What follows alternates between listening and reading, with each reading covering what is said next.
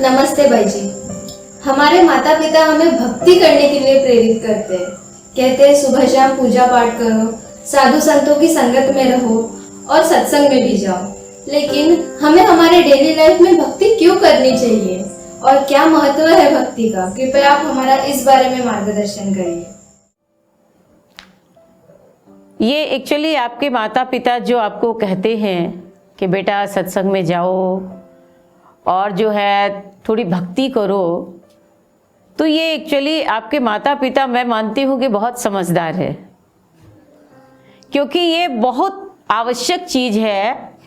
भक्ति के द्वारा हमारे जीवन में एक बैलेंस आता है ना। जैसे आप साइकिल चलाते हैं या स्कूटर चलाते हैं तो आपके पास में जो स्टीयरिंग है, आपका हैंडल है, उससे आप जो है बैलेंस किए रहते हैं। अगर वो बैलेंस बिगड़ जाए तो आपकी गाड़ी गिर जाएगी। इसी तरह से ज़िंदगी के अंदर ये जो स्पिरिचुअलिटी है, ये जो आध्यात्मिक ज्ञान है, ये हमें बैलेंस सिखाता है जीवन के अंदर।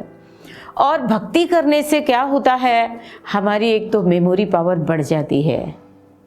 नहीं तो आपने सुना होगा कि जब हम 16 साल की एज में पहुंच जाते हैं तो हमारी ब्रेन की जो उसकी जो डेवलपमेंट की जो क्षमता है वो वहीं रुक जाती है, स्टॉप हो जाती है ना। इसके बाद हम जितना खर्च करते हैं अपना दिमाग दुनियादारी में, पढ़ने लिखने में, बिजनेस व्यापार में, तो वो खर्च तो होती है लेकिन उसमें कोई बढ़ोतरी नहीं होती है। पर इसकी जगह अगर आप अध्यात्म का सहारा लेते हैं, अगर आप ध्यान मेडिटेशन करते हैं, तो ध्यान मेडिटेशन के द्वारा आपकी ब्रेन की कैपेसिटी बढ़ जाती है। कई बार जीवन के संघर्षों में ऐसी स्थिति आ जाती है जिसमें आप सोच नहीं पाते क्या करें और क्या ना करें, यानी एक कंफ्यूजन जैसी स्थिति पैदा हो जाती है। और थोड़ी देर, ज़्यादा नहीं, 2 मिनट के लिए आप अपने भीतर गए, अगर आपने मेडिटेट किया जहाँ भी हैं आप बैठे बैठे, है ना, तो तुरंत आपको एक आंसर मिल जाता है, आपका विल पावर स्ट्रांग बन जाता है। तो भक्ति एक ऐसी चीज है, ऐसा नहीं है केवल भगवान की पूजा एक टाइम पास करने के लिए होती है।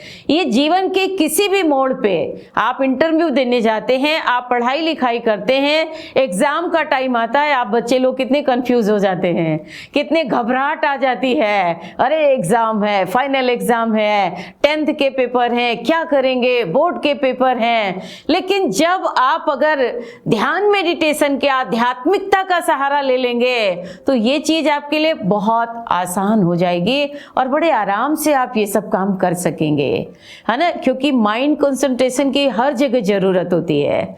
और ध्यान मेडिटेशन से, भगवान की भक्ति से हमारा कंसंट्रेशन लेवल जो है वो हाई हो जाता है, वो बढ़ जाता है। क्योंकि आप सत्संग में बैठेंगे तो भी एकाग्र करके आप 1 घंटा सत्संग सुन रहे हैं तो एक हैबिट बन रही है।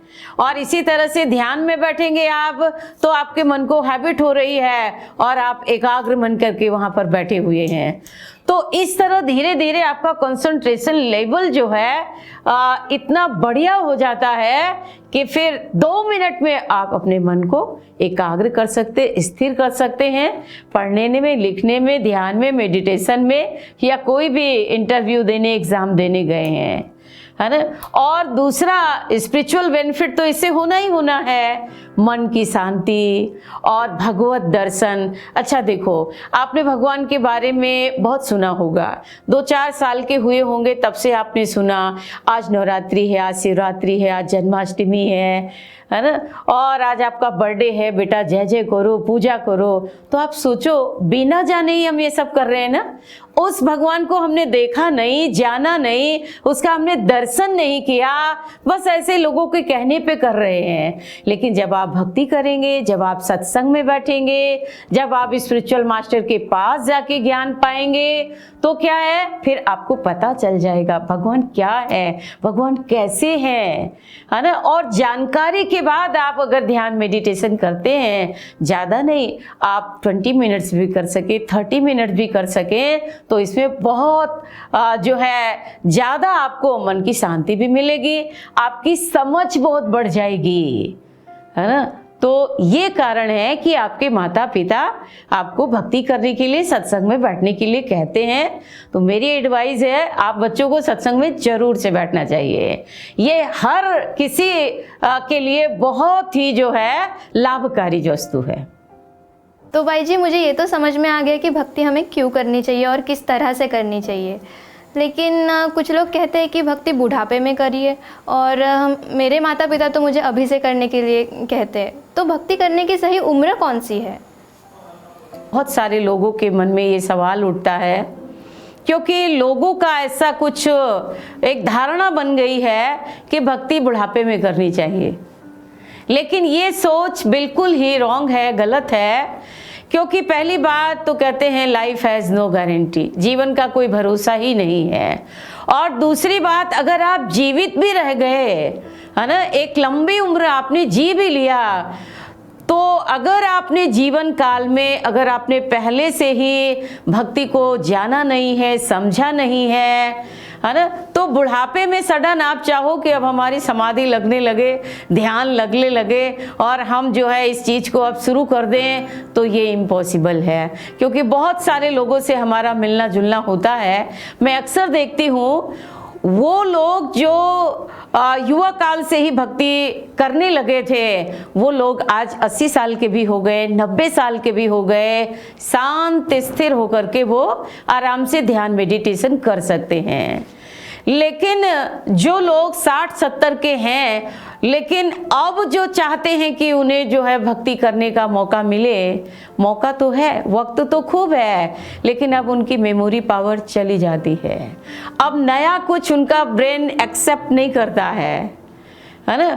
उनको जो है ये बात, गहरी बातें जो हैं अध्यात्म की, ये बात समझ में ही नहीं आती है। ये उन्हें बहुत बड़ा लगता है, क्योंकि अब सोच जो है उनकी जो है उस लेवल की नहीं रही, है ना। तो इसीलिए मेरा मानना ये है कि जब जागे तभी सवेरा, ठीक है ना। बुढ़ापे का इंतज़ार नहीं करना चाहिए किसी को, क्योंकि उस समय वैसे भी आपका शरीर भी साथ नहीं देता है ना। बहुत सारे बुजुर्ग आते हैं बेचारे, यहाँ दर्द है, वहाँ दर्द है, ये पीड़ा है, वो पीड़ा है, तो अब चाहते भी हैं और फुल समय है उनके पास में, पूरे फ्री हैं, लेकिन करें कैसे नहीं पता है।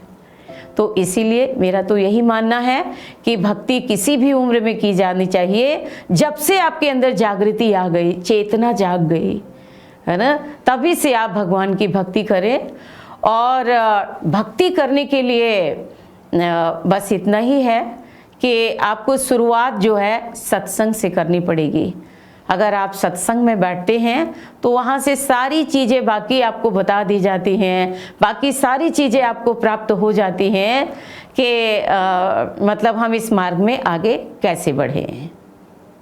भाई जी, आपने ये तो बता दिया कि हमें भक्ति क्यों करनी चाहिए, कैसे करनी चाहिए, लेकिन संतों के सानिध्य में ऐसी क्या विशेषता है जो हमें वहाँ बैठना चाहिए, हमें सत्संग क्यों करना चाहिए?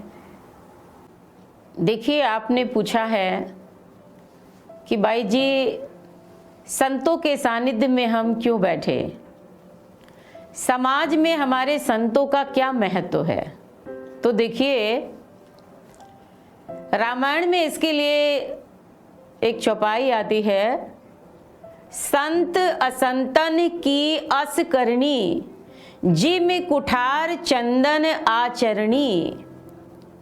जैसे एक कुल्हाड़ी है और एक चंदन का वृक्ष है। कुल्हाड़ी वार करती है, मारने का, काटने का काम करती है, पेड़ की डाली को काट रही है, लेकिन फिर भी वो चंदन सुगंध दे रहा है। जैसे जैसे वो काटता जाता है वैसे वैसे सुगंध फैल रही है।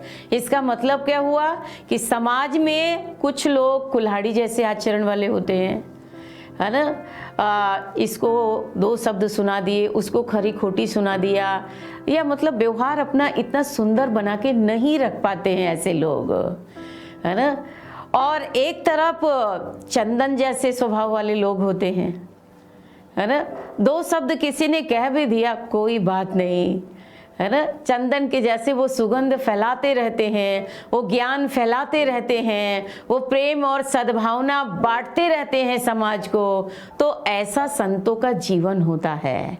और जब ऐसे लोगों की संगति में बैठेंगे, अब रात दिन आप जो है शाहरुख खान, सलमान खान की फोटो लगाओगे, पिक्चर देखोगे, उन्हीं के गाने सुनोगे, तो क्या होगा, उनके जैसा बनने का दिल करेगा, उनके जैसी सोच होगी आपकी। और इसकी जगह स्वामी विवेकानंद जी का उज्जवल चरित्र पढ़ोगे आप, श्री विभू जी महाराज का जो है जीवन चरित्र अगर आचरण में लाओगे, उनकी वाणी सुनोगे, उनका ज्ञान सुनोगे, तो क्या होगा कि आपके अंदर भावना जगी, ओहो इतने महान लोग होते हैं, मैं भी काश ऐसा बन पाऊं, हमारे अंदर भी वो ज्ञान आए, हमारे अंदर भी वो समझ आए। तो इसी तरह संगत का बहुत बड़ा प्रभाव पड़ता है। इसीलिए हमें अच्छी संगत में बैठना चाहिए, और उसमें भी संतों की संगति, जिनकी वाणी ही केवल नहीं बोलती है, उनका आचरण बोलता है, उनका चरित्र बोलता है, उनका व्यवहार ही हमें बहुत कुछ बता देता है। तो वो जो कहते हैं वो उन्होंने जीवन में कर डाला है। वो अगर आपको भक्ति के लिए प्रेरित कर रहे हैं तो उन्होंने वो किया है, ध्यान करने के लिए तो किया है। इसीलिए बहुत ज़रूरी है कि हम संतों की संगत में बैठें, जिससे कि हमारा सुंदर स्वभाव हो, सुंदर चरित्र बने, और उससे हर जगह आपको पहचान मिलेगी। एक बार की बात है, दो मित्र मिले आपस में, और एक मित्र दूसरे मित्र से पूछता, भाई कहाँ गए थे? सत्संग में गया था। क्या सत्संग? सत्संग इस युवा अवस्था में रोज सत्संग सत्संग? तो वो सत्संगी मित्र कहता है कि हाँ सत्संग में जाता हूँ क्योंकि मुझे मन की शांति मिलती है। तो उसने पूछा, अच्छा ये बताओ, क्या आपको सारी सत्संग की बातें याद रह जाती हैं? वो जो नास्तिक टाइप था, जो नहीं मानता था, उसने ऐसे सवाल किए। तो जो सत्संग में जाने वाला था वो युवक जवाब देता है, वो कहता है, अच्छा मेरे भाई, मेरे दोस्त, तुम ये बताओ कि तुमने पिछले 2 महीने में क्या क्या खाया है, याद है तुमको? उसने कहा नहीं, ऐसा कैसे याद रहेगा, इतनी चीज़ें हम खाते हैं रोज, सब थोड़ी याद रहेगा। तो उसने कहा, ऐसे ही भले ही सत्संग की सारी बातें हम याद न रख पाए, लेकिन फिर भी जैसे आपने 2 महीने में क्या क्या खाया याद नहीं है, फिर भी आपकी रक्त बनके, ताकत बनके वो आपके शरीर को पुष्ट करता रहा, आपको शक्ति प्रदान करता रहा। ऐसे ही सत्संग की हर बात भले ही हमें याद ना रहे, लेकिन वो हमारे संस्कार बनके, वो हमारा गुण बनके, हमारा चरित्र बनके कहीं नहीं कहीं हमारे जीवन में वो काम आता ही आता है। तो इसलिए सत्संग बहुत जरूरी है, और सत्संग में हमें बड़े जो है शौक से जाना चाहिए, और बड़ी दिलचस्पी के साथ में सत्संग को सुनना चाहिए।